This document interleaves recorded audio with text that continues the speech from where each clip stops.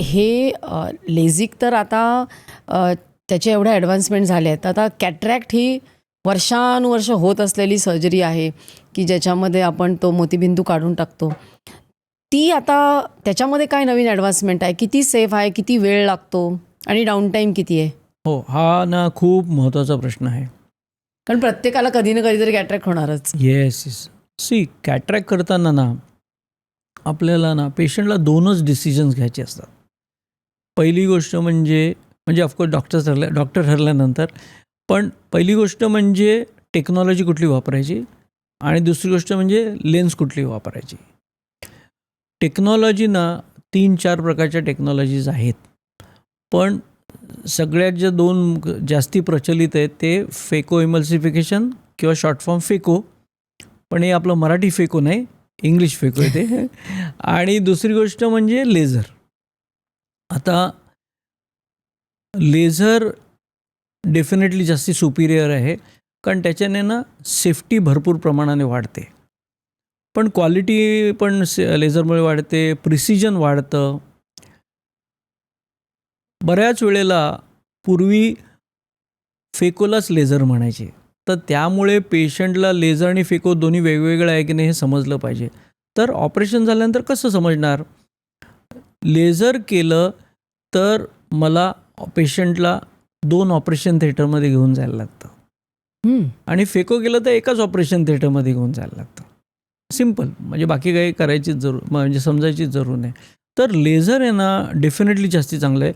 Safe काय ते, कारण त्याला वापरणारी जी एनर्जी आहे ती खूप कमी लागते. आणि तुला माहिती, मग अशी आपण बोललो ज्योती बने ज्वाला, जेवढी आपण एनर्जी कमी वापरणार तेवढा डोळा सेफ राहणार. त्याच्यानंतर आपण मोतीबिंदू नाही का प्लास्टिकच्या पिशवीत असतो, त्याला आपण वरनं एक सर्क्युलर भोग करतो. जेव्हा मी ते हाताने भोग करतो, ओके, किंवा निडलने करतो, तर ते एकदम परफेक्ट होणार नाही. आणि जेव्हा लेझरने करतो तेव्हा परफेक्ट होणार. म्हणजे उदाहरण द्यायचं म्हणजे की तू पोळ्या करते ना, तर त्या पोळ्यांच्या एजेस अशा असतील, ओके. मशीनने पोळ्या केल्या तर परफेक्ट सर्क्युलर होतील, पण पोळीचे एज अशी झाली ना तर फरक नाही पडत. इकडे जर एज सर्क्युलर असेल तर डेफिनेटली लॉंग टर्म बेनिफिट त्याचे डेफिनेटली जास्ती आहेत. तर असे काही फायदे. त्याच्यानंतर जो आपण कट घेतो डोळ्याने, त्याचं सिलिंग फास्ट होतं, पेशंटला लवकर डोक्यावरून आंघोळ करता येते, रिहॅबिलिटेशन लवकर होतं. कळलं ना? आता माझ्याकडे एक पेशंट ऑपरेट झाला होता, त्यांची काय अट होती की मी ऑपरेशन करून डायरेक्ट ऑफिसला जाणार.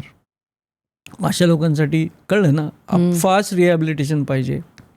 आपल्या ठाण्यामध्ये एक डॉक्टर आहेत की ज्यांनी सांगितलं की मला इमिजिएटली जायचं आहे, आणि त्या ॲक्च्युली गेल्या, ऑपरेशन करून डायरेक्ट कन्सल्टिंगला गेल्या. But that was possible because of this. पण मग त्यांना काय चष्मा किंवा असं काही प्रोटेक्टिव्ह चष्मा असतो, तो आपलाचा व्हाईट ट्रान्सपरंट असतो. पण मग आय स्ट्रेन नाही होत लगेच असं कामाला गेलं की डोळ्यावर स्ट्रेन नाही ना, ते सगळं सी कसं आहे ना, सर्जरीनं खूप चांगली होणं इम्पॉर्टंट आहे. तर त्याच्यामुळे ना सर्जनचं प्रिपरेशन खूप इम्पॉर्टंट आहे. ओके, तर तू समजा मी एका VIP पेशंटला ऑपरेट करतो आहे.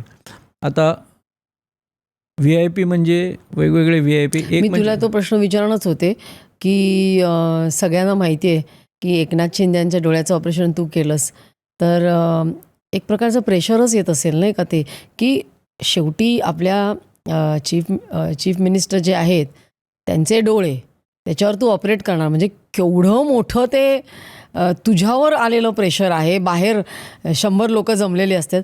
अशा वेळेला तू स्वतःला कसं सांभाळतोस? म्हणजे तुझं टेक्निक तर आहेच त्याच्यामध्ये, पण याच्यासाठी मेंटल एक स्ट्रेंथ लागते ना.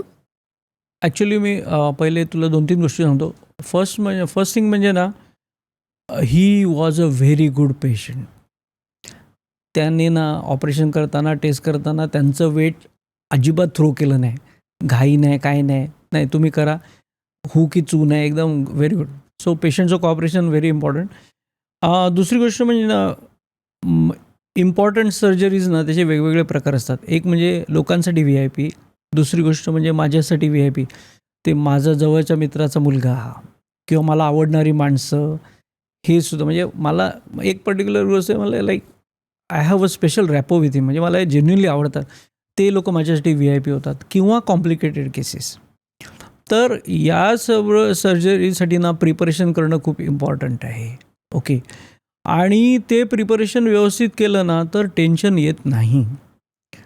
अ, एक ना लाईन असते, त्या लाईनवरनं आपल्याला राहायला पाहिजे.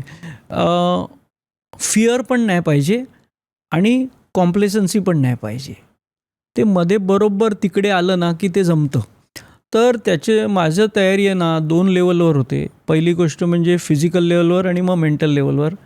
फिजिकल लेव्हलवर काय आहे ना की कुठलाही शरीराचा पार्ट दुखतोय किंवा असं झालं आहे तसं झालं हे नाही पाहिजे. तर त्याच्यामुळे ना मला मॉर्निंग वॉक सकाळी भयंकर आवडतो. तर मी आणि वैशाली आम्ही मॉर्निंग वॉकला कायम जात असतो. ते आल्यानंतर स्ट्रेचेस करायचे, माफक स्ट्रेंथनिंग एक्सरसाइजेस करायचे आणि मग म्हणजे फिजिकल प्रिपरेशन झाल्यानंतर मग मेंटल प्रिपरेशन. मेंटल प्रिपरेशन काय आहे ना, सगळ्यात पहिले आदल्या दिवशी रात्री वेळेवर लवकर झोपणे. झोप चांगली झाली पाहिजे. त्याच्यानंतर जेव्हा कॉम्प्लिकेटेड सर्जरी असते किंवा आता आपल्या शिंदे साहेबांची सर्जरी केली, तर आदल्या दिवशी रात्री ना मी डोळे बंद करून ना ती सर्जरी पूर्णपणे माझ्या मनात प्ले करतो. दुसऱ्या दिवशी सकाळी उठल्यानंतर मेडिटेशन करून डोकं शांत करतो आणि बाकीचे जे सगळे इम्पल्सेस असतात ना, जे आपल्याला मनाला ओरबाडतात, ते आपल्याला ना कट करायला लागतात. तर त्यामुळे WhatsApp बघायचं नाही वगैरे अशा गोष्टी करायला लागतात.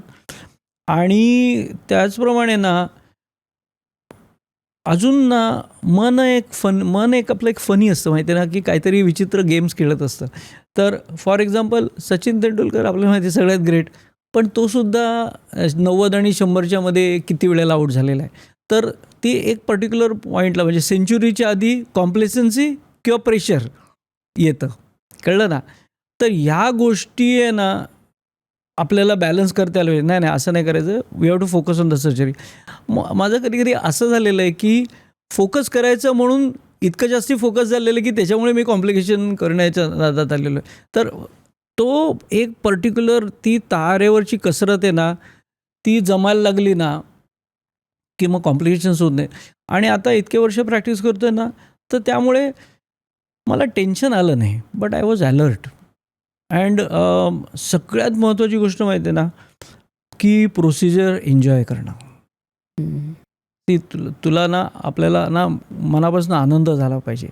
मला असं वाटतं मी सगळ्यात जास्ती आनंदी दिवसाच्या केव्हा विचारतील तर रात्री 9 वाजता असतो. कारण माझी OPD संपलेली असते आणि मी भरपूर पेशंटशी बोललेलो असतो. तर पेशंट म्हणजे तर तर त्यामुळे मनाची तयारी म्हटलं ना तर अशी कंटिन्यूस चालूच असते. ही क्लिप शेवटपर्यंत बघितल्याबद्दल खूप खूप धन्यवाद. संपूर्ण एपिसोड बघण्यासाठी खाली दिलेल्या लिंकवर क्लिक करा आणि सर्व काही चॅनलला सबस्क्राईब करायला विसरू नका.